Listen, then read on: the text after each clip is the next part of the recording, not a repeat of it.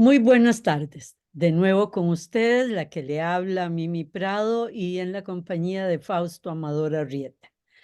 Nuestro anterior programa fue sobre del miércoles pasado sobre la guerra en Ucrania y ahí señalamos la necesidad de seguir con este mapa geopolítico de guerras abiertas en el mundo que algunos incluso señalan como el inicio de la Tercera Guerra Mundial, que va a ser así.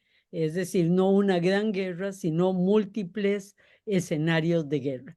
Bueno, solo en Medio Oriente, Estados Unidos tiene abiertos 7 de esos escenarios. 2, los más graves, por supuesto, la guerra Hamas-Israel y la invasión de Gaza, y ahora en el Mar Rojo con los hutíes de Yemen.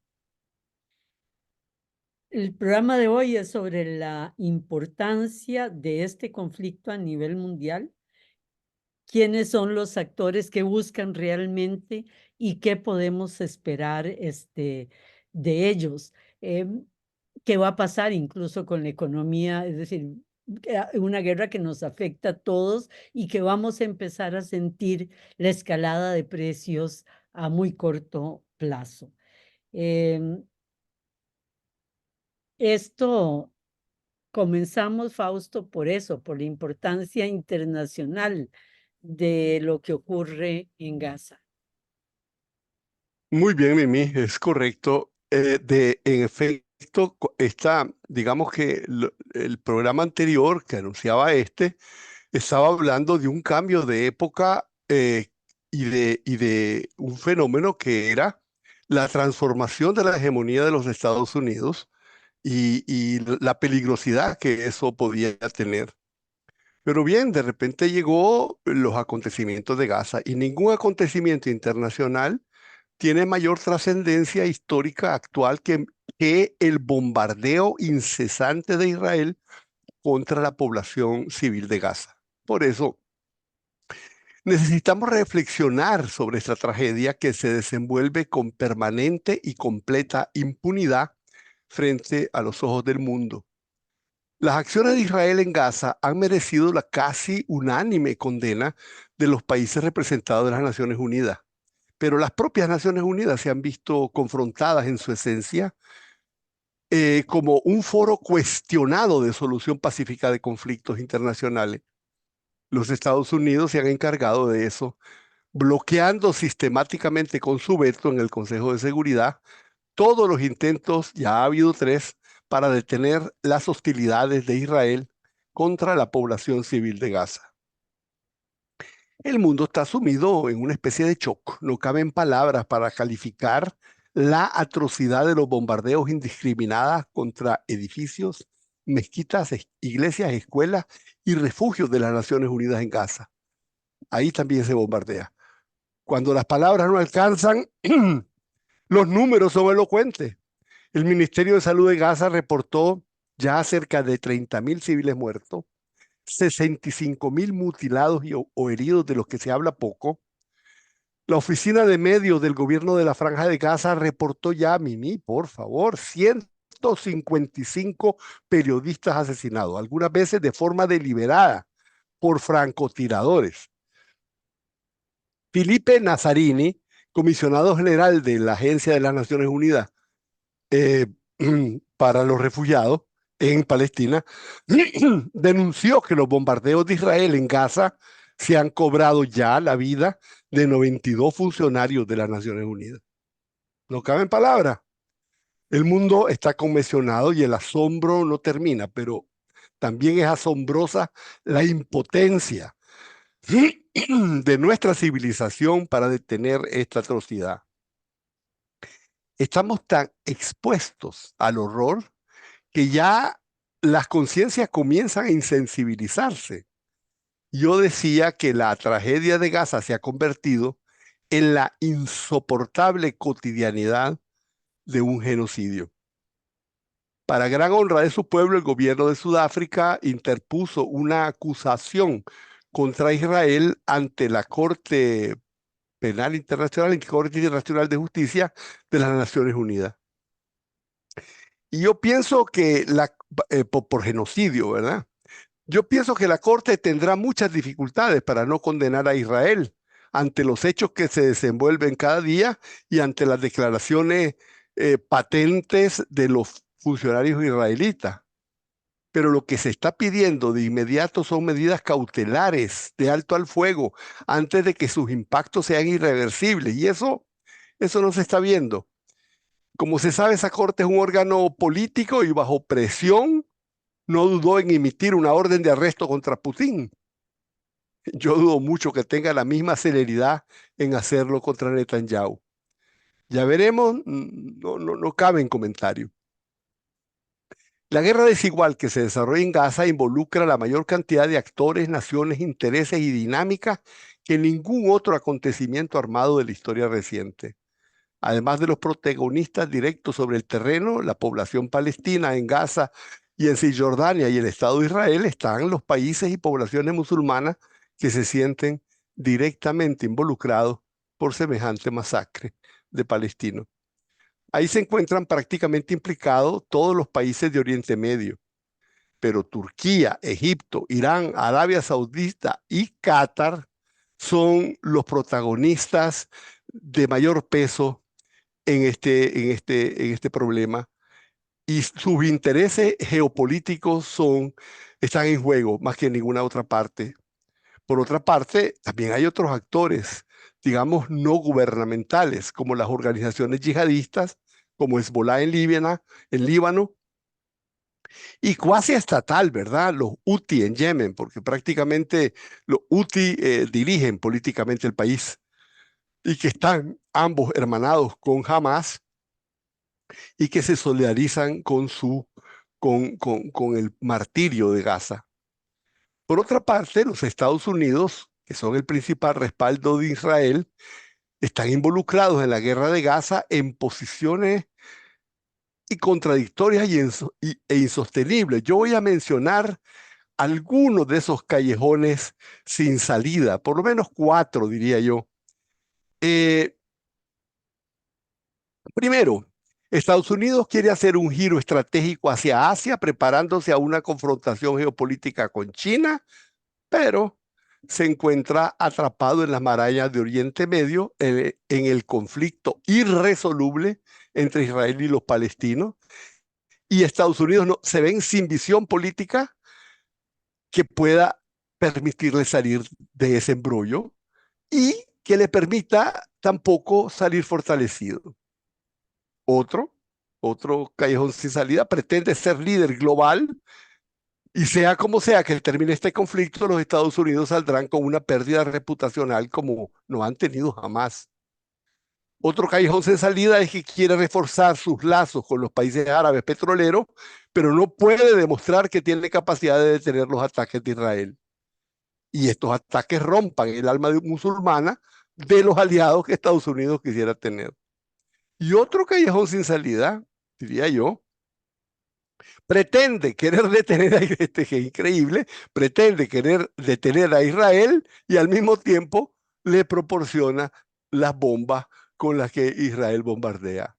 Y creo que Bueno, lo que has dicho, Fausto, la tremenda, porque la mayor pérdida es la pérdida moral, ¿verdad? Pérdida moral señalando el doble rasero de cómo maneja la guerra en Ucrania y cómo maneja la guerra en Israel, cómo se trata a Putin y cómo se trata a Netanyahu, pero además la no aplicación de la ley Levy de 1990.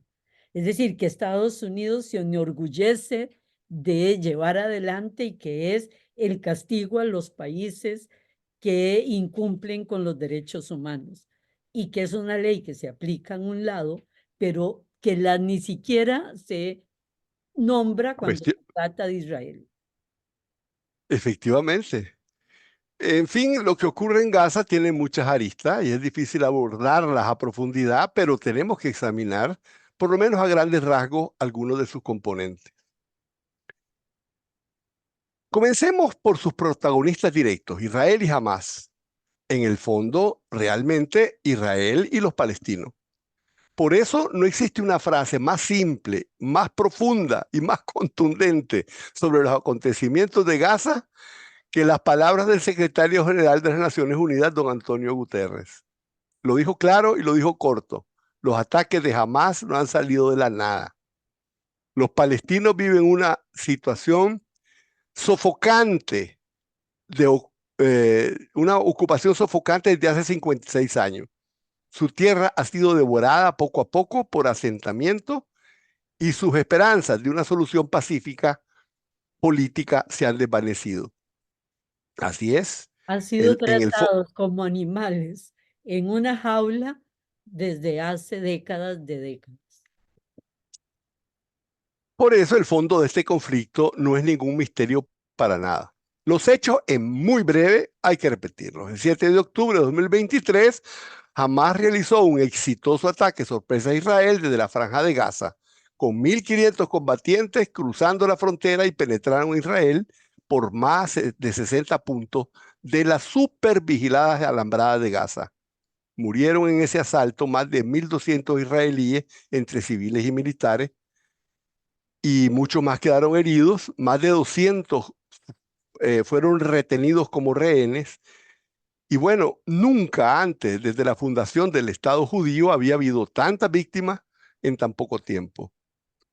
Durante más de 10 horas no hubo reacción defensiva, ya lo hemos hablado otras veces. Y de ahí la primera pregunta que nos hicimos entonces, pero que ahora ya puede ser respondida: ¿cómo era posible que el mejor servicio combinado de inteligencia del mundo no hubiera detectado de antemano y repelido el ataque? Cuando hicimos la primera vez este programa, justo después de los ataques de Hamas, nosotros nos quedamos incrédulos, como diciendo: algo huele mal en Dinamarca. Ahora se sabe.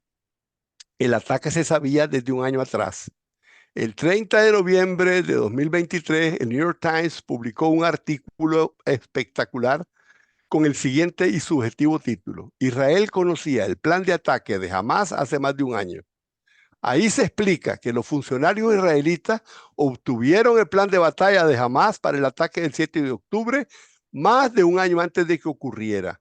Y el TAI menciona un reporte de inteligencia de casi 40 páginas elaborado por los servicios de inteligencia de Israel y que se clasificó en código como Muro de Jericó, que describía exactamente, punto por punto, cada detalle del ataque. Y después el propio New York Times dice que es asombroso cómo lo llevaron a cabo de una forma exacta y precisa, como dice ese reporte presentado un año antes.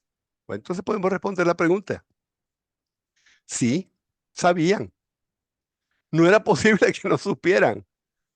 Y decidieron no hacer nada. Ellos dicen que no lo creyeron y por eso no actuaron. Es posible. Pero también es posible que simplemente dejaran que ocurriera, porque de alguna manera ese ataque podía calzar al dedo con las políticas de la extrema derecha que está en el poder en Israel para implementar precisamente las atrocidades que estamos viendo, con el objetivo estratégico de crear otra Nakba, es decir, otra masiva expulsión de palestinos de sus tierras, como en 1948. Y mandarlos al desierto de Sinaí o convertir, como está también en todos los papeles de épocas anteriores, en Jordania el Estado palestino o la inmigración palestina. Sí, no sabemos, Liberar Palestina para Israel. bueno, no sabemos por qué no hicieron nada sabiéndolo. Lo que sí sabemos y podemos decir es que sí lo sabían y por las razones que fueran decidieron no actuar. En todo caso, repito, algo no huele bien en Dinamarca. Dejemos este tema y vamos a Hamás. ¿Qué lo movió a realizar una acción tan impresionante precisamente en estos momentos? Nosotros hicimos la hipótesis y me parecía a mí tremendamente audaz en su momento, pero ahora todo el mundo lo acepta. El ataque de Hamás fue geopolítico. Buscaba revivir a nivel internacional la cuestión palestina, su estado de opresión nacional y su derecho a lograr soberanía propia.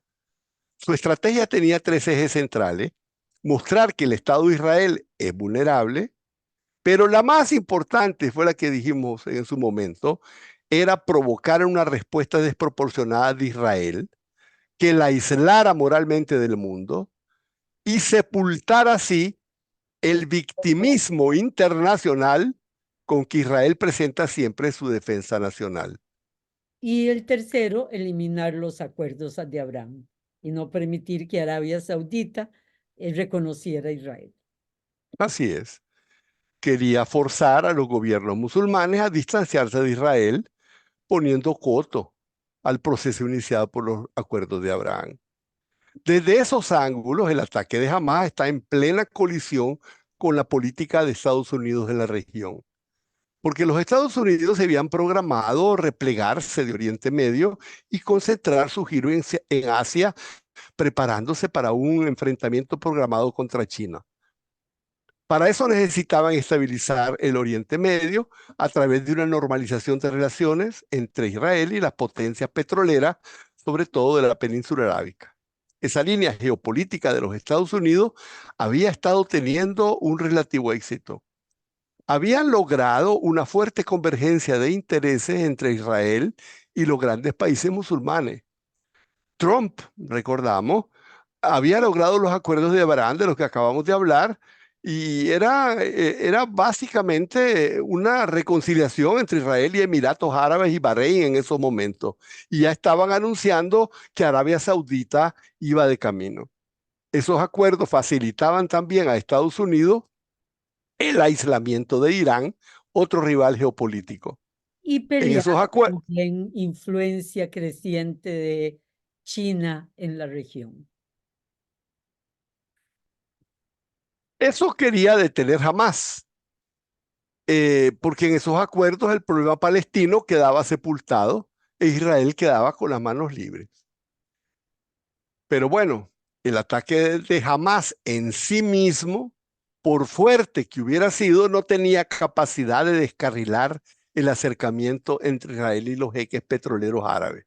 De hecho, algunos excesos de la violencia de Hamás contra civiles habían sido recibidos con rechazo por los mismos árabes.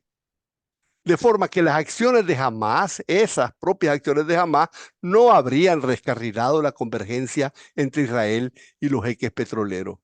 Lo que sí llegaría a descarrilarlo todo era una reacción excesiva de Israel. Y ese es precisamente el punto. El ataque de Hamás estaba pensado estratégicamente para provocar eso. Lo Una dijimos, reacción, un suicidio, ¿verdad? Es masivo con intenciones geopolíticas. Lo dijimos en su momento. claro, esta reacción, por otra parte, también le serviría a los extremistas ultraortodoxos que están en el poder en Israel para profundizar y aumentar y tener mejores condiciones para realizar su proyecto de crear un gran Israel, es decir, provocar una nueva expulsión de palestinos. Israel, tal como lo diseñó Hamás, comenzó un violento bombardeo indiscriminado, provocando una masacre sistémica de la población civil, de mayoría mujeres y niños, crímenes inaceptables, sobre todo repugnantes para las poblaciones musulmanas, y eso ha puesto a todos los protagonistas de la región en una tremenda encrucijada. Pero de todos los protagonistas, el más afectado desde el punto de vista geopolítico han sido los Estados Unidos. Acabamos de describir varias encrucijadas que tenía. Los desafíos son muchos, porque las acciones de Israel van totalmente a contrapelo de los intereses geopolíticos estadounidenses. Diciéndolo en síntesis, que lo habíamos dicho anteriormente, Estados Unidos necesita pacificar la región, pero las acciones de Israel amenazan incendiarla. Necesita concentrarse en Asia, pero las acciones de Israel lo atascan en Oriente Medio. Necesita consolidar su imagen, que defiende el orden internacional con reglas, pero las acciones de Israel rompen todas las reglas. Necesita fortalecer su liderazgo mundial, pero no logra controlar las acciones de Israel. A mí me viene a la mente una expresión que existe en los Estados Unidos, no sé si es de origen inglés o norteamericana, que dice "the tail wagging the dog", que se traduce así como que no es el perro el que menea la cola, sino la cola la que menea el perro. Y eso es lo que parece que está ocurriendo en Oriente Medio. La cola de Israel está moviendo al perro de Washington. El liderazgo de Estados Unidos entonces está por el suelo. Se enfrenta a una crisis que yo le llamaba reputacional, que combina todo: incapacidad política, falta de visión, debilidad de ejecución, total miopía estratégica. Y además internamente se profundiza en la juventud norteamericana una crisis moral de gran envergadura. Nosotros ya vemos esta crisis moral en los efectos que tiene. Lo vimos en la guerra de Vietnam. Pasaron muchísimos años antes de que Estados Unidos se repusiera del shock que había tenido en aquella juventud que después pasó a convertirse en la élite intelectual de los Estados Unidos cargada de culpas. Es un peso intangible pero de graves consecuencias. Los rivales de los Estados Unidos lo ven maniatado, perdido en medio del laberinto geopolítico de los cuales solo puede salir debilitado, y a eso se añade la crisis política interna. La administración Biden está frente a las siguientes elecciones en este noviembre de 2024 y enfrenta el desprestigio que le brinda su propia impotencia. Y todas las encuestas son unánimes en su contra. Tiene Mimi, ayer yo lo estuve revisando, el más bajo nivel de aprobación desde Harry Truman en 1953 a este nivel de su mandato. Dejemos ahí a Estados Unidos y pasemos a los otros actores. El conflicto de Gaza ya se extendió. Vos lo dijiste, por lo menos existen 7 frentes. La pregunta es si tendrá un escalamiento todavía mayor. Y esto vamos a tratar de responderlo. En todas partes las acciones políticas o bélicas están relacionadas con el conflicto de Gaza. Así es en Líbano con Hezbolá, en Yemen con los Houthis, en Irán, en Irak, en Siria. El conflicto ya se extendió. ¿A qué escala? Y creo que vamos a llegar a ver cada vez más acciones bélicas, pero la realidad es que un escalamiento total del conflicto no está en interés de nadie. Todos los países cercanos y las milicias yihadistas se sienten empujadas a mostrarle a Israel los dientes, pero no a morderlo. Curiosamente, si no fuera por el bombardeo sistémico de Gaza, en muchos países las cosas tenderían a regresar poco a poco a un caos inmanejable, pero no lo permite Israel. Sus bombardeos están haciendo imposible el retorno a un ambiente de entendimiento. El caso más preocupante, por supuesto, ahí ya vamos a extendernos poquito, ocurre en Yemen. Y yo creo que aquí podemos parar. Muy bien. Regresamos con ustedes en unos minutos. Antes del corte de medio programa, Fausto estaba empezando a hablar sobre los otros actores, ¿verdad? Y en este caso, comenzando con un tema que no es ni muchísimo menor, que es los bloqueos que estaba cometiendo los hutíes de Yemen en el Mar Rojo y deteniendo el comercio petróleo, sobre todo, pero de ¿cuántos eran? 33.000 barcos que pasan al año en esa zona y los bombardeos que han realizado los Estados Unidos e Inglaterra a los hutíes, con una nueva confrontación en Medio Oriente. Así es, el caso más preocupante, decía, es Yemen. Aquí hay que entender quiénes son los hutíes. Los hutíes son un grupo que fueron rebeldes en su momento. En 2014 dieron un golpe de Estado contra una plutocracia espantosa que fue apoyada por Arabia Saudita y se desató una guerra civil durísima en uno de los países más pobres del mundo. Hubo más de cerca de 400.000 muertos en esa guerra, una de las guerras Y poco hambruna, mencionadas. y Y no, hambruna. pero hubo Arabia Saudita con apoyo norteamericano hizo bombardeos tremendos. Pero bueno, ellos se lograron imponer. Ellos eran pertenecen al Islam chiita, tenían respaldo de Irán y de alguna manera era una forma interpuesta de confrontación entre Arabia Saudita e Irán. Pero los apoyos de China y las victorias de los Houthis permitieron que ahí más o menos se pacificara, más o menos, y los hutis están controlando ese lugar y son tremendamente solidarios con los palestinos. Entonces, ellos, ellos están, eh, controlan el país y tienen una posición dominante frente al estrecho de Bab al-Mandab. Está en la entrada al Mar Rojo hacia el Canal de Suez. Y eso les permite amenazar a todos los buques que pasan por ahí como represalia contra los ataques de Israel contra Gaza. Entonces, los buques, por el seguro que tienen que irse por otro lado. Por el momento, los contratos que tienen, que son de largo plazo, no están afectando los costos porque están incluidos en las prevenciones del contrato. Pero si eso se mantiene, se va a producir un incremento de costos enorme porque las rutas alternativas implican a los buques navegar más de 3.000 kilómetros más. Duplican el viaje, el costo del viaje. Sí, dependiendo de dónde salgan, lo duplican. Esas acciones tienen enormes repercusiones porque por ese estrecho pasa el 60% de la flota mundial de petroleros, el 92% de los buques de carga de Asia al Mediterráneo y viceversa, el 40% del intercambio comercial entre Europa y Asia. Es tremendo. Las acciones de los Houthis obstaculizan el comercio y bueno, eso puede producir una escalada mundial de precios. Los Estados Unidos, obviamente, como decía Rubén Darío, creen que donde ponen la bala, el porvenir ponen. Y han comenzado a bombardear a los hutis.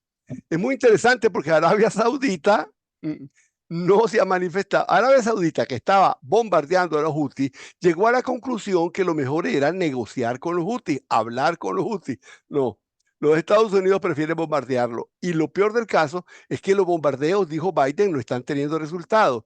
Y eso significa que existe la posibilidad real de una intervención física en el terreno, lo que, bueno, cambiaría todos los datos Según de los este asunto. analistas, si la intervención de militares, analistas militares, si la intervención de Estados Unidos sigue siendo aire, ¿verdad?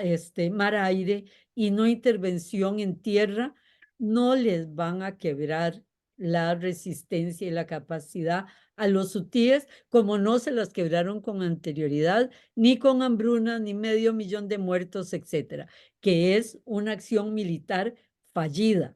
Y Estados Unidos quiso meter a Europa en esta acción y los países europeos le dijeron que no, ¿verdad? Todavía. Todavía, ni siquiera apoyo tampoco de los países árabes. Están solo los anglosajones solos en esta aventura contra los hutíes, por el momento. Sin duda, porque existe una tremenda presión y la Van der Leyen y otros están ya hablando de que hay que meterse en ese tema. Pero bueno, ese es una de las consecuencias de la guerra de Gaza. Lo único que dicen los hutíes es que ellos están haciendo eso en solidaridad con Gaza y que lo van a seguir haciendo mientras sigan los bombardeos. Lo único que piden es el alto al fuego. Otro elemento decisivo a analizar en el espacio estratégico de todos los actores es ver a Turquía. Turquía, que en algún momento había estado incluso apoyando a Israel en Azerbaiyán contra los intereses de Irán, se colocó enteramente dentro de las mismas perspectivas de Irán. Y aquí se manifiesta todo un giro, que es decir, todos los planes de construcción de una nueva vía de transporte desde India hasta Europa se estrellan contra los acontecimientos de Gaza. O sea, es toda la planificación estratégica alternativa a la ruta de la seda de China que está quedando totalmente en el suelo. Por su parte, Irán apoya varios movimientos yihadistas en Siria y el formidable partido Hezbollah en Líbano. Tiene milicias en Irak que son más numerosas, mejor entrenadas y mejor equipadas que las mismas tropas del gobierno iraquí. Pero eso no significa que esas fuerzas estén totalmente bajo su mando, ni que está en posición Irán, ni que Irán quiera utilizarlas ya contra Israel. Porque para Irán Israel se está cociendo en su propia salsa. Es decir, siente que cada momento que pasa debilita estratégicamente a Israel y que meterse directamente contra él crearía toda una dinámica diferente que incluso implicaría un involucramiento mayor de los Estados Unidos que no está queriendo. Bueno, Arabia Saudita, por su parte, Pero quiere ser Irán está teniendo acciones estratégicas militares muy interesantes. Aparte de lo que vos señalás, que es dejar que Israel se debilite moralmente ante el mundo y militarmente por las acciones en Hamas, que no les están saliendo gratis tampoco, está actuando atacando bases de inteligencia, dicen ellos, israelitas en Irak y en Siria, y está atacando los costados, o sea, está diciendo, aquí estoy yo, sin entrar en la guerra directamente. ¿Y por qué tiene que decir aquí estoy yo? Porque es su manera de manejar a sus aliados árabes con presencia en la acción. efectivamente hay acciones militares de un lado y de otro, ¿verdad? Porque Israel ha asesinado a dirigentes vinculados con Irán. Todas estas cosas van a pasar y van a seguir pasando más, pero no son de carácter estratégico. En el sentido que no, que son acciones aisladas, separadas, son gestos más que grandes estrategias.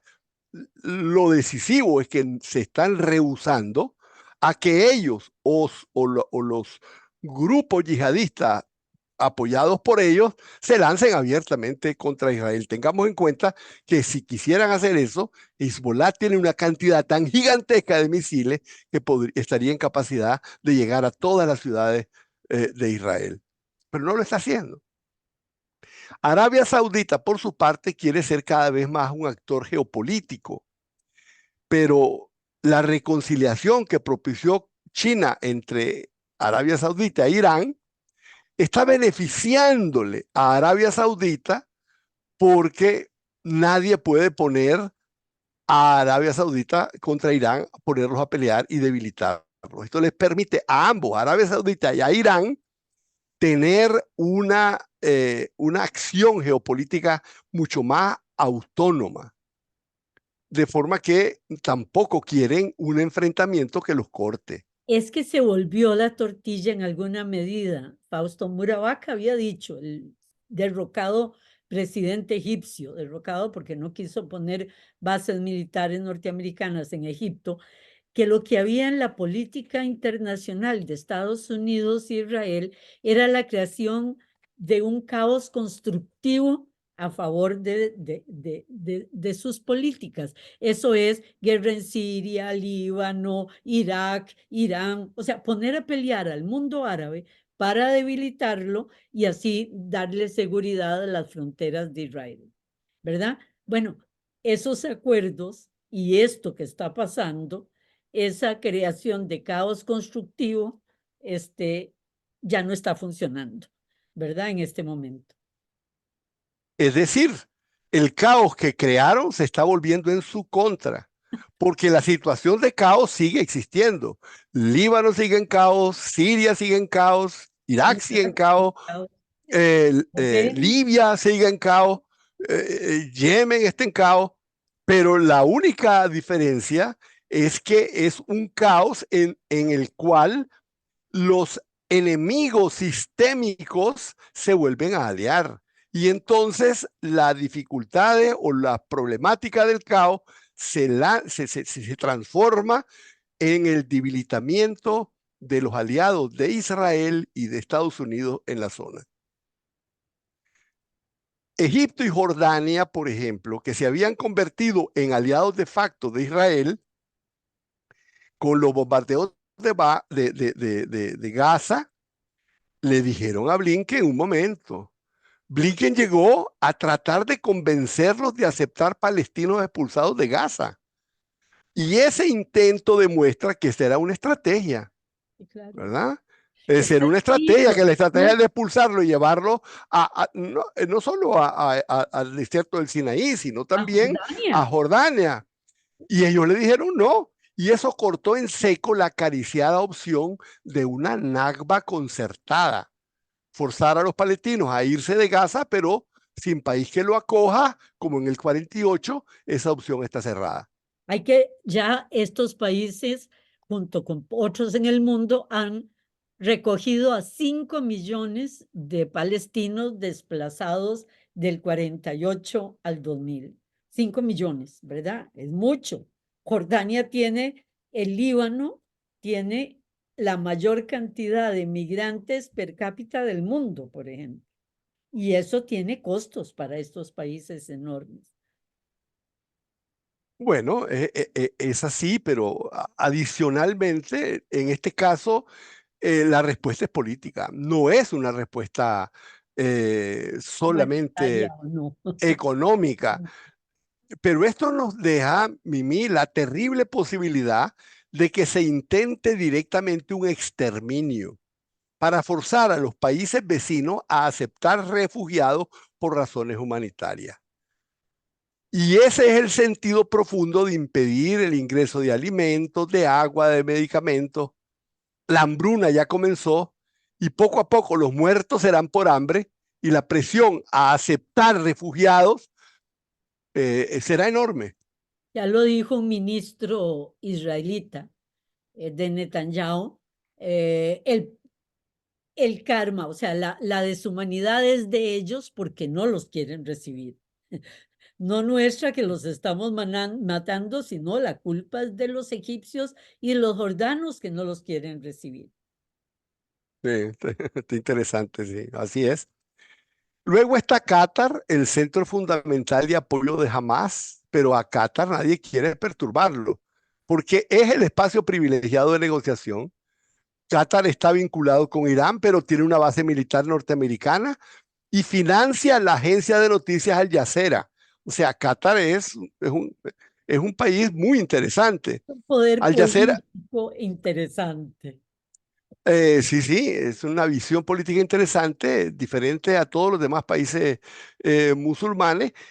Y tiene Al Jazeera, que funciona con total independencia editorial y es de calidad mundial. Sus periodistas son los que han muerto en Gaza y sin Al Jazeera realmente no sabríamos todo lo que ocurre.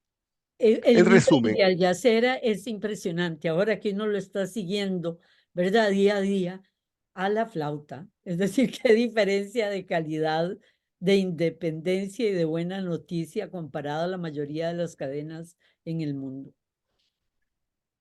ningún actor quiere involucrarse directamente en la guerra. Nadie quiere ver tropas y bombardeos norteamericanos si pueden evitarlo. Sienten que Israel fracasará en su intento de derrocar a Hamas porque cada día más de Hamas es un día menos de Israel para restaurar la confianza mundial. Y la catástrofe reputacional de Israel representa una derrota moral muy grande que destruye todos sus esfuerzos de convertirse en un protagonista normal en Oriente Medio. Lo decíamos Podrá en el destruir. programa anterior, ¿te acuerdas? La cita de Tzu, ¿verdad? La guerra se gana primero en la moral, se gana en los templos. Si no se gana ahí, la guerra se pierde.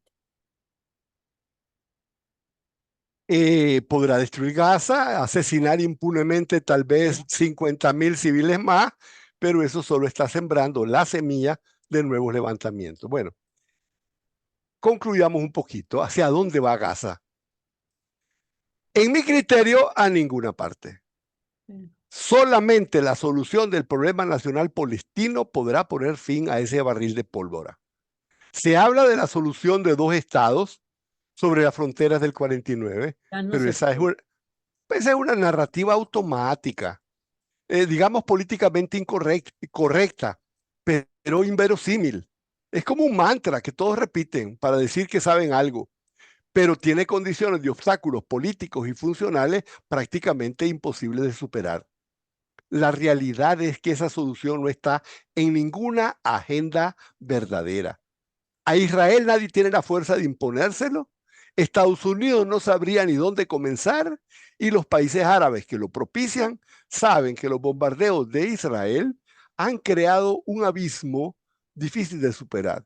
Entonces, en las condiciones actuales, No, y la solo el statu división quo. de Cisjordania y la división de Cisjordania y Gaza y la entrada de los asentamientos judíos en Cisjordania lo imposibilitan. O sea, ya no hay territorio manejable para dos estados. Sí, son 300.000 colonos repartidos como islas aisladas en medio del territorio que legalmente le pertenece a Palestina y están repartidos en más de 130 diferentes asentamientos rodeados por muros y armados hasta los dientes. No creo que ellos estén dispuestos a vivir bajo soberanía palestina. Cabe entonces razonar cuáles serán los resultados de la guerra, porque va a tener resultados. Está claro que Israel no acabará con Hamás porque, a pesar de la extrema brutalidad de la campaña militar, ni el embargo brutal de alimentos y agua sobre Gaza, ni los atroces daños materiales y humanos ahogarán las aspiraciones legítimas de los palestinos como no las han ahogado en los 75 años que tiene este conflicto. Y mientras eso no ocurra, seguirá viva la llama de la rebeldía. Y esa llama de rebeldía es como un fuego alimentado hoy más que nunca por las atrocidades que se cometen a diario. En resumen, esta guerra está alimentando precisamente las dinámicas y condiciones que provocaron esta guerra. Es como una culebra que se come la cola. Es decir, en esencia no habrá paz ni normalidad en Oriente Medio sin abordar y resolver la cuestión palestina. En cuestión de días se rompió en pedazos la idea de que los países árabes iban a normalizar sus relaciones con Israel, pasando por alto la cuestión palestina. La ola de indignación que está sacudiendo al mundo se está convirtiendo en un tsunami que está sepultando los acuerdos de Abraham bajo los escombros que dejan las bombas de Israel en Gaza. Y Y bueno, desnudando algunas cosas, Fausto, desnudando de que no es el mejor servicio secreto del mundo, desnudando que no es el ejército mejor del mundo, desnudando que esos ejércitos no pueden en territorios tan conflictivos como la resistencia que le está manteniendo jamás dentro del misma Gaza en este momento, y desnudando sobre todo el verdadera esencia del grupo que gobierna Israel en este momento, que es la extrema derecha supremacista, fascista de Netanyahu y los ortodoxos israelitas. Y aún la gente que ama Israel, la Israel de sus fundadores, ya se da cuenta de que quien está gobernando Israel y ejecutando acciones no es el Israel de sus amores, sino este grupo nefasto, que ojalá sea además enjuiciado por crímenes de guerra en su momento. Contra la humanidad, no crímenes de guerra. yo estoy de acuerdo en todas las desnudeces que vos dijiste, menos en una. Porque los servicios de inteligencia de Israel, viéndose en la picota, se agarraron y le mandaron al New York Times diciéndole, no es un problema nuestro, es un problema político. Nosotros lo vimos y lo redactamos en más de 40 páginas con una precisión extraordinaria. Sabíamos exactamente cuántas balas dispararían y en qué lugar y a qué hora. O sea, no es el, no es el Mossad del que falló. No, no, no, no, no, no, no, no, no, ni la Okay. Shin Bet. Bueno, para terminar, Europa está en la picota, los países europeos carentes de voz propia y de retórica civilizatoria se suman ahora al carro de Estados Unidos y de Israel y se hacen cómplices de una limpieza étnica escandalosa. Y ahí se estrella toda su retórica, todos los valores defendidos no pasaron la prueba de la guerra de Gaza. Y yo Ahí pienso que pierden su esto, moral, ahí pierden la guerra de la moral, que es la primera de todas las guerras. Mal, mal augurio para Europa, que en el final de cuentas es la primera gran perdedora de todos estos conflictos que se están abriendo en el mundo. así Muchísimas es, gracias, así Fausto. es. Y a todos ustedes, gracias por acompañarnos. Nos vemos y oímos el próximo miércoles. Buenas Muchas tardes. gracias, Meme. Buenas tardes.